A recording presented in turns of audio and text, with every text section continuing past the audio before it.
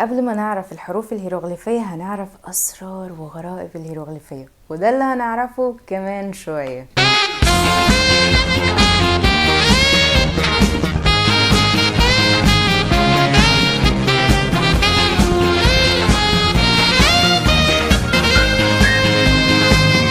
الناس كانت بتتكلم بس ما كانش عندهم طريقة يوثقوا بيها الكلام اللي بيقولوه او يبعتوا بيه رسائل، فكان كل شعب ليه الطريقة بتاعته في انه يحاول يكتب. في ناس مثلا قعدت تجمع الصخور بشكل معين، ودي لسه موجود ليها مثال لحد النهاردة في بريطانيا. لكن في مصر مثلا كانوا لجأوا لانهم يعملوا رسومات على الصخور. سنة 4000 قبل الميلاد بدأت الرسومات دي تكون دارجة اكتر او منتشرة اكتر، وفي سنة 3400 أو 300 قبل الميلاد اتطورت الرسومات دي وبقت الهيروغليفية. وده بيودينا لأول حاجة غريبة في الهيروغليفية، إنها مش لغة، هي نظام كتابة بالظبط زي ما الأبجدية العربية هي نظام كتابة لتوثيق الكلمات اللي باللغة العربية. كانت الهيروغليفية هي نظام كتابة لتوثيق الكلمات اللي باللغة المصرية. اللغة المصرية هي فرع من فروع اللغات الأفرو أسيوية. تاني حاجة، الهيروغليفية كانت بتاخد وقت طويل في الكتابة وحتى في التعلم، فاخترعوا نظم كتابة تانية زي الهيراتيقية والديموطيقية علشان تكون مناسبة للتعاملات اليومية الإدارية والعقود مثلا. لكن احنا بنتكلم كأن مفيش غير الهيروغليفية لأن هي اللي موجودة على المعابد والمقابر. رقم 3، هيراتيقية، ديموطيقية، تسميات تقيلة. اصلا دي تسميات يونانية لنظم الكتابة المصرية. الهيروغليفية مثلا في مصر زمان كان اسمها المادوناتشر، ورغم ان التسمية المصرية كانت ابسط واسهل الا ان العالم كله بيستخدم اليونانية. لما اليونانيين جم لمصر ظهرت لغة جديدة علشان يكتبوها، خدوا كل الحروف اليونانية و8 حروف من الديموطيقية، ودي كان اسمها اللغة القبطية، ودي لحد النهاردة مستخدمة في الكنائس المصرية.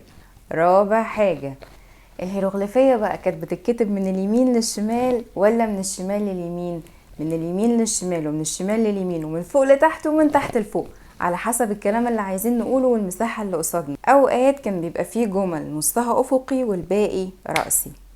خامس حاجة، الهيروغليفية المصريين كانوا بيكتبوها بشكل ثنائي الأبعاد وثلاثي الأبعاد. ثنائي الأبعاد ده اللي هو زي ما بنكتب كده على ورقة، بتبقى الحروف مش ملموسة مش مجسمة. ثلاثي الأبعاد ده اللي هو كان شكل مداخل المعابد، دي كانت بتبقى على شكل كلمة أخت أو أفق، والتماثيل يا إما التمثال نفسه كان بيرمز لحد أو بيكمل كلمة مكتوبة عليه، ودي هنشوف لها أمثلة بعد كده. سادس حاجة، حجر رشيد. زمان كان في مصريين موجودين من قبل حجر رشيد. ليه بقى الناس احتاجت حجر رشيد ده؟ نظم الكتابة المصرية كان كل ما نظام كتابة جديد بيظهر اللي قبله بيتنسي لأنه ما كانش بيبقى مستخدم كتير بعد كده. على ما وصلنا لعهد البطالمة كان اللي بيعرف الهيروغليفية عدد قليل من الكهنة. جم الرومان لمصر وبدأوا يفرضوا المسيحية على المصريين. ازاي كانوا بيفرضوها بانهم بيقفلوا معابد المصريين محاربة منهم للوثنية. حتى لو في حد صمد رغم كل ده، مع الوقت بقت الديانة المسيحية والإسلام هما الأديان الرسمية في مصر، وانتهت الحاجة للهيروغليفية فما بقاش حد بيعرفها. فوصلنا في القرن الخامس الميلادي محدش بيعرف يقرأ أو يكتب الهيروغليفية. بدأ يحصل اهتمام من الناس بالآثار المصرية وبدأوا يبذلوا مجهود عشان يعرفوا ايه اللي مكتوب عليها ده. حتى في علماء مسلمين وعرب حاولوا، وكان في منهم واحد اسمه ابن وحشية، في ناس قالت انه وصل ل 11 حرف، بس دي كانت اقصى انتصاراتهم. وفضلوا كده الآثار موجودة ومحدش عارف يقرأ اللي عليها يجي 1000 سنة، لحد ما حصلت الحملة الفرنسية على مصر، وبالصدفة لقوا حجر رشيد. لما بنروح الأقصر وأسوان دلوقتي بيقولولنا تعالوا هنكتب لكم اسمكم في خراطيش، ده في مصر القديمة الملوك بس اللي اسمهم كان بيتكتب في خراطيش. المعلومة دي ما كانش حد يعرفها قبل حجر رشيد. عالم انجليزي اكتشف الحكاية دي وقال ان في ملك اسمه بطاليموس مكتوب هنا في الحجر، بس مش عارف قالوا عنه ايه. بعدها بفترة جه عالم فرنسي وهو قال انه النص اللي مكتوب في الحجر ده هو نفس النص بس بلغات مختلفة. زمان من سنة واحدة في حلقة كليوباترا كنا قلنا ان البطالمة كانوا بيحكموا المصريين بس ما كانوش بيعرفوا لغتهم، فبالتالي كانت الوثائق الرسمية في مصر بتتكتب بلغتين، اليونانية القديمة والمصرية القديمة. وحجر رشيد ما هو إلا وثيقة رسمية من الكهنة المصريين للملك بطوليموس الخامس، بيباركوا فيها انه بقى ملك وبينصبوه إله في مقابل انه هيديهم امتيازات. كان مكتوب بالهيروغليفية والديموطيقية واليونانية القديمة. اللغات المصرية كانت محدش يعرفها خلاص، لكن اليونانية القديمة كانت جديدة نسبيا، هي اللي عرف منها يطلع الحروف الهيروغليفية. وفي ناس قالت انه استعان بقس قبطي لانه القبطية مشتقة من الهيروغليفية. المهم في الاخر قدر يوصل للحروف وطريقة كتابة وقراية الهيروغليفية. خدوا 20 سنة عشان يدرسوا حجر رشيد ويطلعوا منه بالنتائج دي.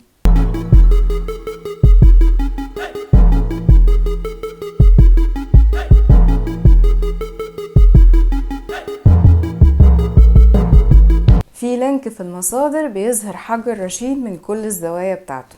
لا زمان ولا دلوقتي كان اي حد بيعرف الهيروغليفية. زمان كان الصفوة والنبلاء والكهنة هم اللي بيعرفوها. من اشهر واقدم الكهنة اللي بيعرفوا او اتقنوا الهيروغليفية كان امحوتب، اللي جابوه في فيلم ذا مامي، يعني المومياء مش الام. امحوتب ده بقى في الحقيقة عمل ايه؟ كبير كهنة الاله رع، مستشار الملك زوسر، صمم اول هرم مصري اللي هو هرم زوسر المدرج، حط اسس علم الطب. وبعده ب200 سنة جاء بقراط، وبقى النهاردة ابو قراط هو ابو علم الطب او عميد الاطباء. وفي ناس مصريين واجانب بيقولوا انه لا، امحوتب هو اللي يستاهل اللقب ده، لكن في ناس قالت ان ابو قراط هو ابو الطب الحديث. عموما دي اشكالية على امحوتب. وبعد ما امحوتب مات المصريين حولوه لإله من العصر الحديث، وكان بيتقن الهيروغليفية ومش مصري، كان هاورد كارتر. بمساعدة الطفل حسين عبد الرسول قدر يكتشف مقبرة توت عنخ آمن، ودي أكبر وأهم اكتشاف أثري. المقبرة دي ما كانتش اتسرقت كتير، خدوا 10 سنين عشان ينقلوا محتوياتها من وادي الملوك في الأقصر للمتحف المصري في التحرير، وطلع منها أشهر قطعة أثرية في العالم اللي هي قناع الموت لتوت، وكرسي العرش الوحيد اللي جالنا من مصر القديمة وكرسي الملك توت. المرة الجاية احنا هنبدأ سلسلة الحروف الهيروغليفية. ميرسي. أوفا.